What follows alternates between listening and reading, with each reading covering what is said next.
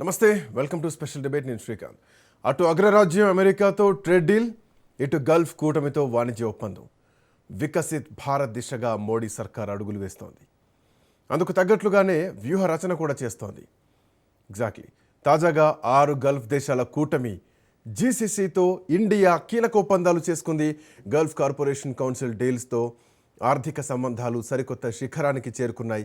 5000 ఏళ్లుగా కొనసాగుతున్నటువంటి వాణిజ్య బంధం మరింత బలోపేతం కాబోతోంది. 2 ప్రాంతాల మధ్య వస్తువులు, సేవల రాకపోకలు పెరగనున్నాయి. దీంతోపాటు న్యూఢిల్లీలో కేంద్ర వాణిజ్య పరిశ్రమల శాఖ మంత్రి పీయూష్ గోయల్ జీసీసీ ప్రతినిధులతో కలిసి ఒప్పంద పత్రాలపై సంతకాలు చేశారు. సౌదీ అరేబియా, యుఏఈ, ఖతార్, కువైట్తో పాటు ఒమన్, బహ్రెయిన్ లాంటి దేశాలతో కూడినటువంటి కూటమితో భారత్ బంధం 5000 సంవత్సరాలుగా కొనసాగుతోంది. కోటి మంది భారతీయులు ఆయా ప్రాంతాల్లో నివసిస్తున్నారు. అక్కడి ఆర్థిక వ్యవస్థకు తోడ్పడుతున్నారని పీయూష్ గోయల్ గుర్తు చేశారు. ఇప్పటికే 2024-25 ఆర్థిక సంవత్సరంలో భారత్ జీసీసీ ద్వైపాక్షిక వాణిజ్యం $179 బిలియన్ చేరుకుంది. ఇందులో యుఏఈ ఇండియాకు 3వ అతిపెద్ద వాణిజ్య భాగస్వామి. సౌదీ అరేబియా 5వ స్థానంలో ఉంది. ప్రపంచ ఆర్థిక అనిశ్చితి సమయంలో భారత్తో ఒప్పందం సానుకూల సంకేతమన్నారు జీసీసీ చీఫ్ రాజా అల్ మర్జుకి. వాస్తవానికి ప్రపంచంలోనే అతిపెద్ద ఆహార ధాన్యాల ఉత్పత్తిదారుగా ఇండియా ఉంది. మరోవైపు గల్ఫ్ దేశాలు చమురు, సహజవాయు ఎగుమతులకు ప్రధానమైనటువంటి కేంద్రాలుగా ఉన్నాయి. స్వేచ్ఛా వాణిజ్య ఒప్పందం వల్ల భారత్కు ఇంధన భద్రత లభిస్తే గల్ఫ్ దేశాలకు ఆహార భద్రత చేకూరబోతోంది. టారిఫ్ రహిత అడ్డంకులు తొలగిపోవడంతో భారతీయ ఎగుమతులకు భారీగా డిమాండ్ ఏర్పడేటువంటి అవకాశం ఉంది. ఈ జీసీసీ ఒప్పందంతో ఇంకా ఆర్థిక సంబంధాలు ఒక కొత్త శిఖరాగ్రానికి చేరుకున్నాయని చెప్పాలి. వీటితో ఏ రంగాల్లో లాభాలు ఉంటాయి, ఎలాంటి డెవలప్మెంట్స్ ఉండబోతున్నాయి మాట్లాడదాం. అందే సత్యం గారు మనతో పాటు జాయిన్ అవుతున్నారు. సత్యం గారు నమస్తే. నమస్తే. ప్రస్తుతానికి ఇందాక నేను చెప్పినట్టు భారత్ ప్రపంచంలోనే అతిపెద్ద ఆహార ధాన్యాలకు సంబంధించినటువంటి ఉత్పత్తిదారులు భారతదేశం అని చెప్పాలి. సో ఇప్పుడు ఈ జీసీసీ కూటమి అంటే 6 గల్ఫ్ దేశాల మధ్య జరిగినటువంటి ఒప్పంద సంతకం జరిగింది. సో దీనివల్ల ఎట్లాంటి ప్రయోజనాలు ఉండబోతున్నాయి? 5000 సంవత్సరాల నుంచి సంబంధాలు ఉన్నదనేది వాస్తవేనండి. పాయింట్. ఎందుకంటే గల్ఫ్ దేశాల నుంచి రాజులు పాలించిన నాడు కూడా ఆయా దేశాలతోటి మనకు సంబంధాలు ఉన్నాయి. అట్లాగే సాంస్కృతిక సంబంధాలు ఉన్నాయి. అట్లాగే మన స్ట్రక్చర్స్ అన్ని కూడా దరిదాపు మన అద్భుతమైనటువంటి నిర్మాణాలు, కట్టడాల్లో మనకు వాళ్ళ శైలిలో ఉపకృతి శైలి. ఇటువంటి కోఆపరేషన్ ఆనాటి నుంచి ఉంది. మోడర్న్ ఏదో 16-17 ఇండస్ట్రియల్ రెవల్యూషన్ ఇచ్చిన దగ్గర నుంచే కాదు, క్రీస్తు పూర్వం నుంచి కూడా ఆ సంబంధాలు కొనసాగుతున్నాయి. అయితే ఇప్పుడు వచ్చేవరకల్లా స్పెషలైజేషన్ వచ్చేవరకల్లా గల్ఫ్ కూటమి అంటే గల్ఫ్ కోఆపరేషన్ కంట్రీస్ కౌన్సిల్ వాళ్ళకు ఒక స్పెషలైజేషన్ ఉంది, మనకు ఒక స్పెషలైజేషన్ ఉంది. ఇంటర్నేషనల్ ట్రేడ్లో ఒక సిద్ధాంతం ఉంటుంది, కంపారేటివ్ కాస్ట్ థియరీ అని ఒకటి ఉంటుంది. తర్వాత కంపారేటివ్ కాస్ట్ సెల్ఫ్ అడ్వాంటేజ్ ఉన్నటువంటిది కూడా ఇంకోటి ఉంటుంది, ఎక్షర్ ఓహిలి థియరీ అని ఉంది. ఇప్పుడున్నటువంటి పరిస్థితుల్లో ఇది గల్ఫ్ దేశాలు పెట్రోలియం ఉత్పత్తి చేయటంలో ప్రత్యేకీకరణ సాధించింది. కాబట్టి మన దేశంలో మనం పెట్రోల్ ఉత్పత్తి చేసుకునే దానికన్నా మనం గల్ఫ్ దేశాల్లో కొనుగోలు చేస్తే తక్కువ ధరకు వచ్చినప్పుడు మన ఉత్పత్తి కన్నా దిగుమతి చేసుకోవటం మనకు శ్రేయస్కరం. అట్లాగే వాళ్ళకు వ్యవసాయ పంటలు పండవు, లేదా ఇతరత్వ ఉత్పత్తులు లేవు, స్టీల్ కానీ సిమెంట్ కానీ ఇటువంటి ఉత్పత్తులు తక్కువ. కాబట్టి మన నుంచి వాళ్ళు దిగుమతి చేసుకుంటే వాళ్ళకి అడ్వాంటేజ్. కాబట్టి మ్యూచువల్ అడ్వాంటేజ్ తోటి వాళ్ళ 2 ప్రాంతాలు కూడా లాభపడేటువంటి అవకాశం ఉంది. ఇప్పటికే గతంలో అయితే రెండింటి మధ్య $170 బిలియన్ ఉండేది. ఇప్పుడు లేటెస్ట్గా $178 బిలియన్ మన భారతదేశం జీసీసీ మధ్య కొనసాగుతుంది. ఇప్పుడు ఈ ఒప్పందం వల్ల, ఇప్పుడున్నటువంటి అనిశ్చిత స్థితిలో ఈ ఒప్పందం వల్ల మన మీద పెట్రోల్ ఎక్కడి నుంచి దిగుమతి చేసుకోవాలనేటువంటి విషయంలో అమెరికా ఒత్తిడి తెస్తుంది. ఈ ఒత్తిడిలో రష్యా నుంచి ఆపేయాలనేది ఒక డిమాండ్. రష్యా నుంచి ఆపేస్తేనే మేము టారిఫ్లు 18% అని చెప్పేసి డిక్లేర్ చేశారు. మోడీ కూడా ఒప్పుకుండానే ట్రంప్ డిక్లేర్ చేశాడు. కాబట్టి మనకు రష్యా నుంచి ఒకవేళ ముందు ఆపుకోవాల్సి వస్తే ఆల్టర్నేటివ్ ఎక్కడి నుంచి దిగుమతి చేసుకోవాలి అంటే ఇరాన్ నుంచి కూడా దిగుమతి చేసుకోవద్దు అన్నాడు ట్రంప్. ఇవాళ ఇరాన్కు తర్వాత అమెరికాకు గల్ఫ్లోనే చర్చలు జరుగుతున్నాయి. అవును. ఏది ఈ ఒమన్‌లో చర్చలు జరుగుతున్నాయి. అవును. ఏది అవును. ఇరాను అణు ప్లాంట్స్ మీద. అవును. కాబట్టి అప్పటి వరకు ఇరాన్ నుంచి కూడా దిగుమతి చేసుకోవద్దు అంటుంది. కాబట్టి మనకు ఆల్టర్‌నేటివ్‌గా పెట్రోల్ రిజర్వ్స్ ఉన్నటువంటి ఈ గల్ఫ్ దేశాల నుంచి దిగుమతి చేసుకుంటే మనకు ఆల్టర్‌నేటివ్‌గా రష్యా నుంచి రాని స్థితి నుంచి బయటపడటానికి ఉపయోగపడుతుంది. హ్మ్. అట్లాగే మన వ్యవసాయ మార్కెట్ వ్యవసాయానికి ఎక్కువ జనాభా ఉన్నటువంటి దేశాలు మనకు అడ్వాంటేజ్ ఉంటది. ఉదాహరణకు అమెరికా మనం వ్యవసాయ ఉత్పత్తులు ఎగుమతులు చేస్తే ఇంత పెద్ద మార్కెట్ అన్నా మనం బియ్యం ఎగుమతి చేసేది కేవలం 2% అమెరికాకి ఎగుమతి చేస్తున్నాం. అవును. 98% ఇతర దేశాలకు ఎగుమతి చేస్తున్నాం. హ్మ్. అందులో గల్ఫ్ కంట్రీస్ కూడా మనం ఎగుమతి చేస్తున్నాం. కాబట్టి హ్మ్. మన ఆహార ధాన్యాలకు, ఇండస్ట్రియల్ ప్రొడక్ట్స్‌కు మనకు డిమాండ్ ఉండేటువంటి అవకాశం ఉంది. అవును. కాబట్టి ఖచ్చితంగా ఇది మ్యూచువల్ కోఆపరేషన్, మ్యూచువల్ బెనిఫిట్ కూడా ఉంటుంది. హ్మ్. తర్వాత మరొక అంశం ఏంటంటే ఇదే కాదు ఇంకా ఇతర ఫ్రీ ట్రేడ్ అగ్రిమెంట్ల వల్ల కూడా మన దేశం యొక్క క్యాపబిలిటీస్ పెంచుకోవాలి.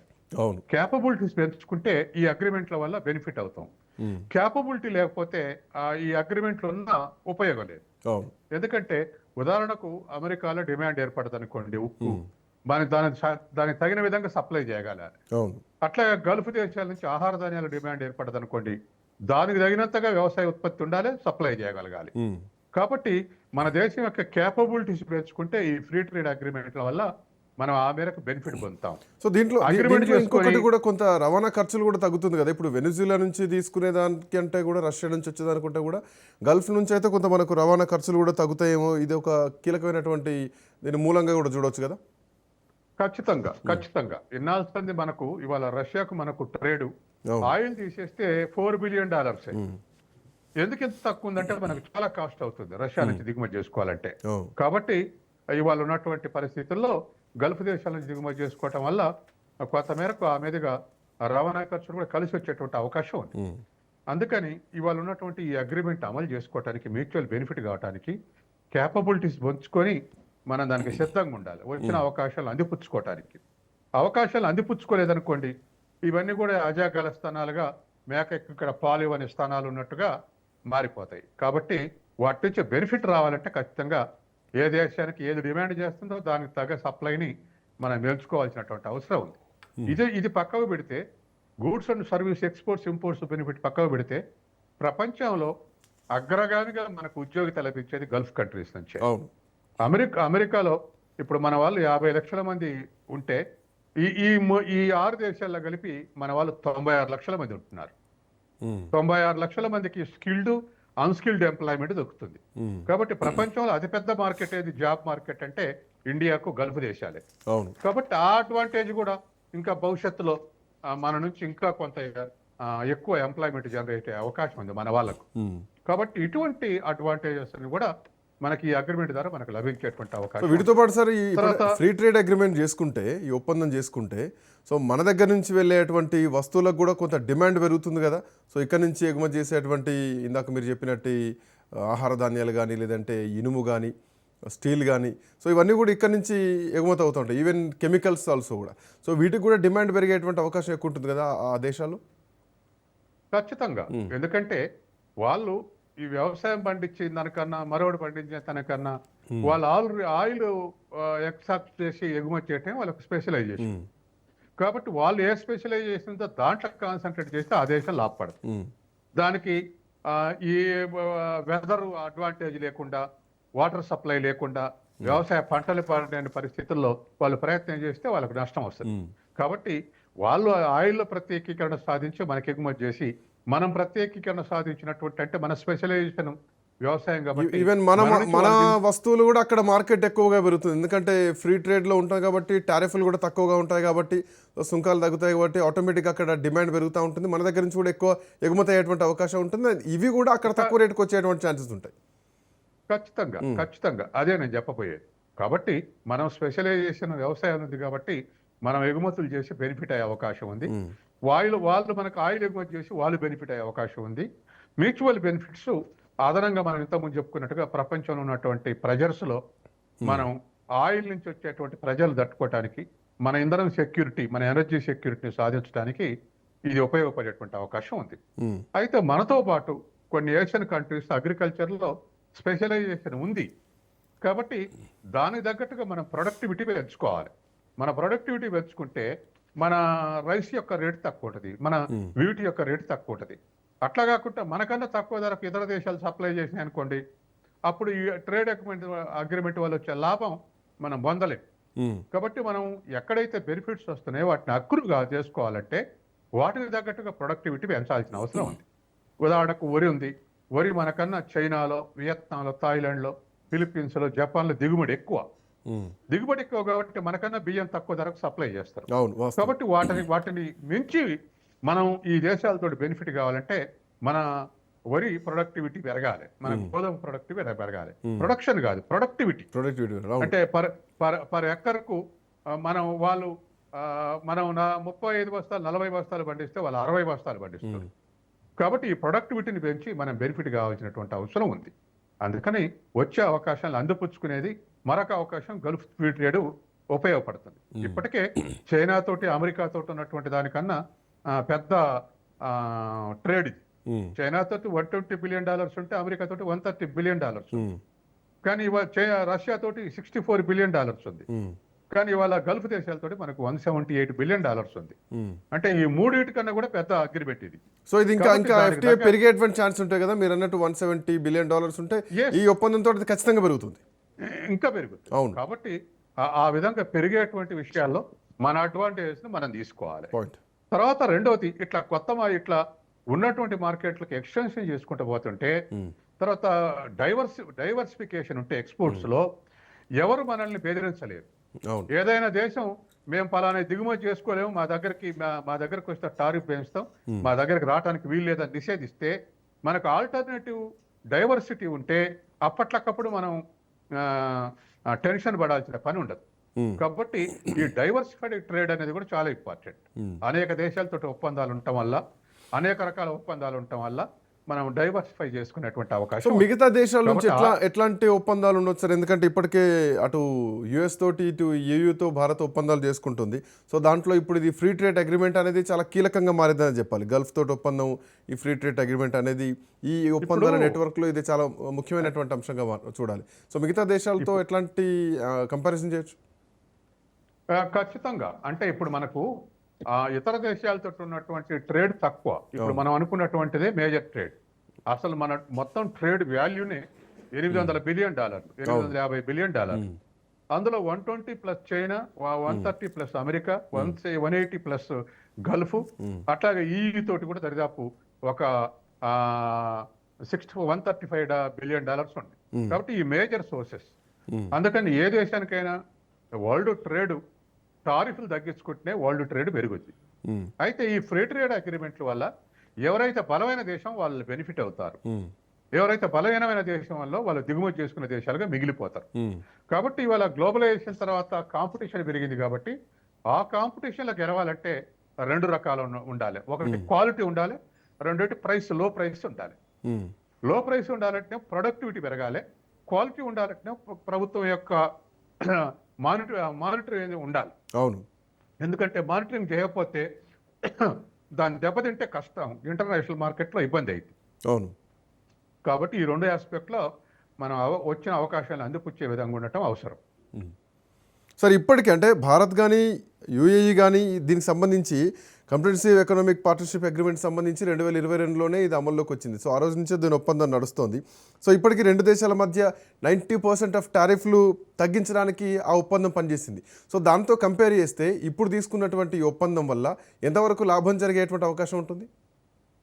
ఇప్పటికి కూడా కొన్ని దేశాల్లో జీరో టారిఫ్లు ఉన్నాయి. 50% ఇప్పుడు మనకు నిన్న అమెరికాలో 18% అని అనౌన్స్ చేసింది.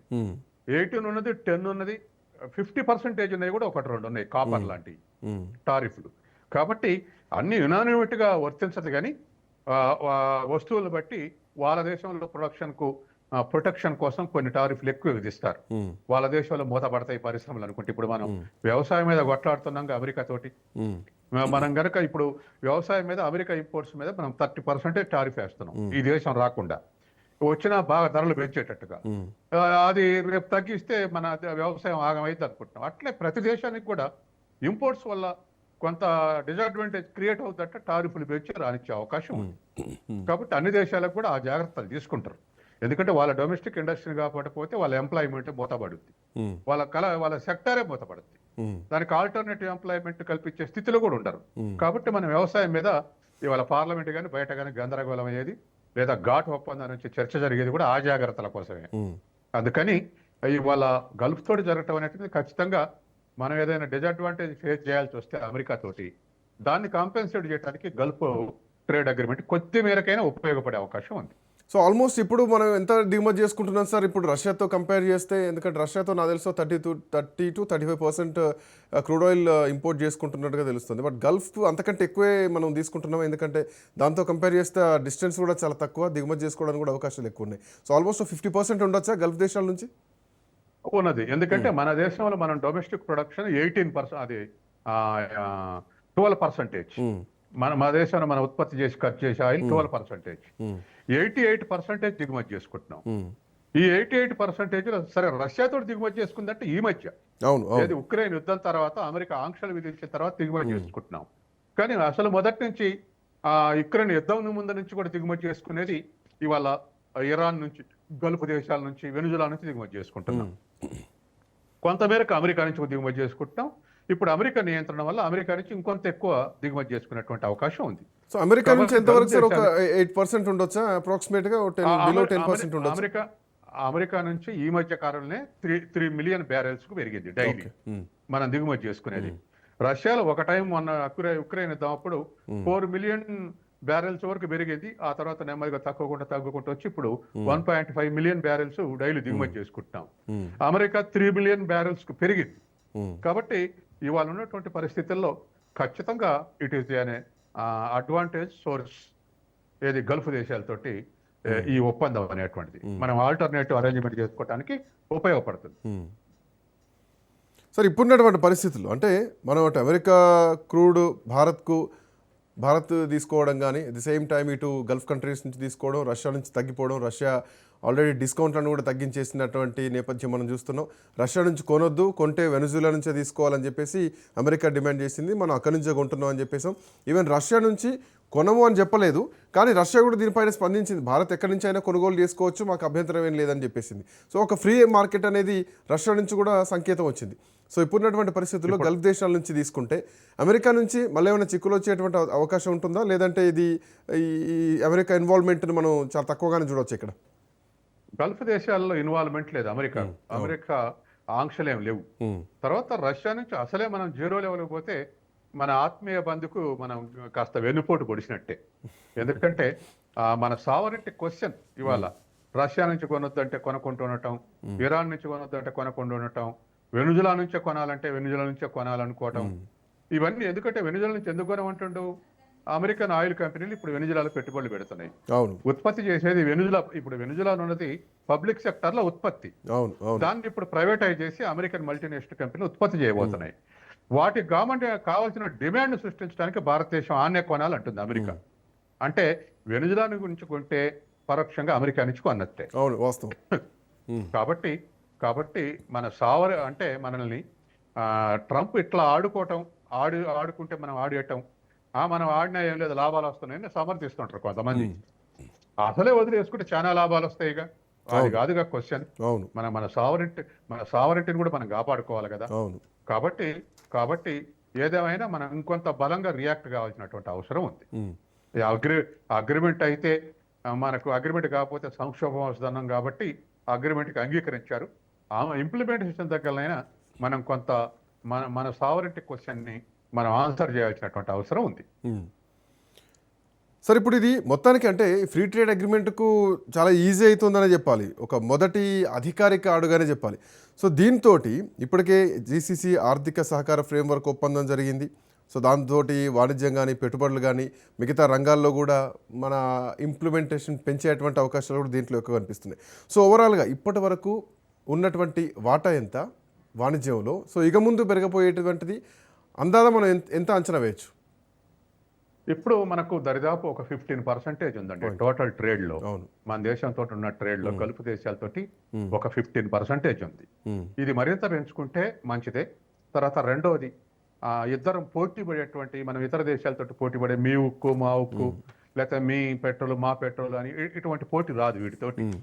వీటితో ఉన్న అడ్వాంటేజ్ అంటే మనకు ఆహారం అలీడ్ సెక్టర్స్ నుంచి మనం చేపలు కానీ రొయ్యలు కానీ మటన్ కానీ ఇటువంటి అన్ని కూడా అగ్రికల్చర్ అండ్ అలీడ్ సెక్టర్ నుంచి మనం ఎక్స్పోర్ట్ చేయొచ్చు. వాళ్ళు మనకు లేని పెట్రోల్ వాళ్ళు ఎక్స్పోర్ట్ చేయొచ్చు. క్లాష్ వచ్చే అవకాశం కూడా లేదు. అటువంటి క్లాష్ లేకుండా ఉండేటువంటి అవకాశం ఉంది. ఈ మిగతా దేశాలతో ఉన్న కొన్ని క్లాషెస్ ఉండొచ్చు, కానీ ఇప్పుడు అమెరికా తోటి క్లాష్ వచ్చింది. మా వ్యవసాయం రావాల్సిందే మీ దేశం అని అమెరికా అంటుండు. అరే మాది మోదపడద్దాయా అని మనం అంటున్నాం. అటువంటి క్లాస్ కూడా ఇప్పుడు జీసీసీ తోటి లేదు. వాళ్ళ స్పెషలైజేషన్ వేరు, మన స్పెషలైజేషన్ వేరు.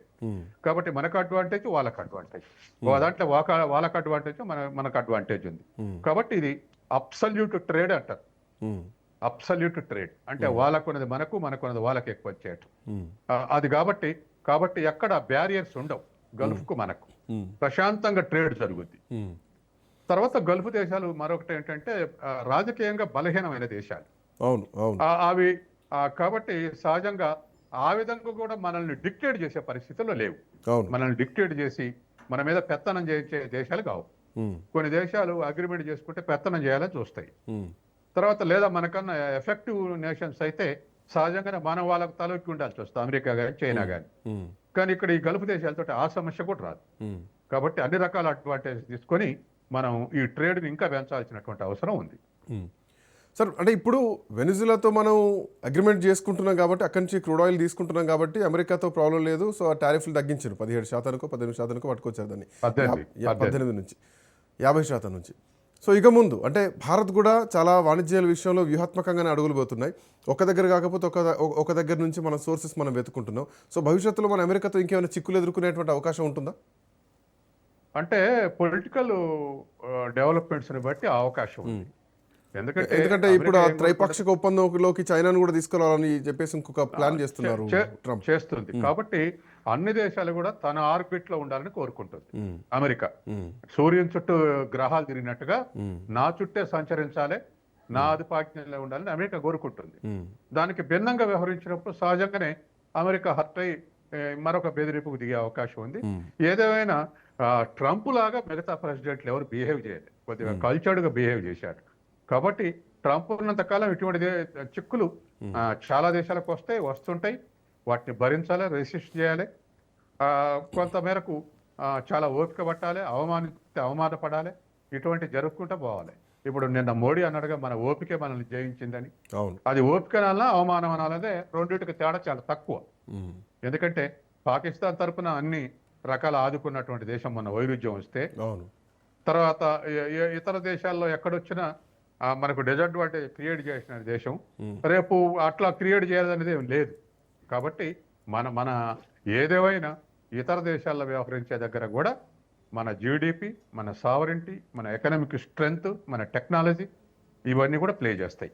ఇవి లేనంత కాలం మనం ఖచ్చితంగా ఇతర దేశాల మీద ఆధారపడాల్సిందే. కాబట్టి డొమెస్టిక్ ప్రొడక్షన్ పెంచుకోవడానికి ఎఫిషియన్సీస్ పెంచుకోవాలి. ఆ ఎఫిషియన్సీ అది అగ్రికల్చర్ కావచ్చు, ఫ్యాక్టరీగా అవుట్పుట్ కావచ్చు, లేకపోతే టెక్నాలజీ కావచ్చు, ఏదైనా కావచ్చు. ఆ విషయం మీద బాగా కాన్సన్ట్రేట్ చేయాల్సినటువంటి అవసరం ఉంది. రైట్. థ్యాంక్ యూ సత్యం గారు. Thanks for joining. ఇది స్పెషల్ డిబేట్.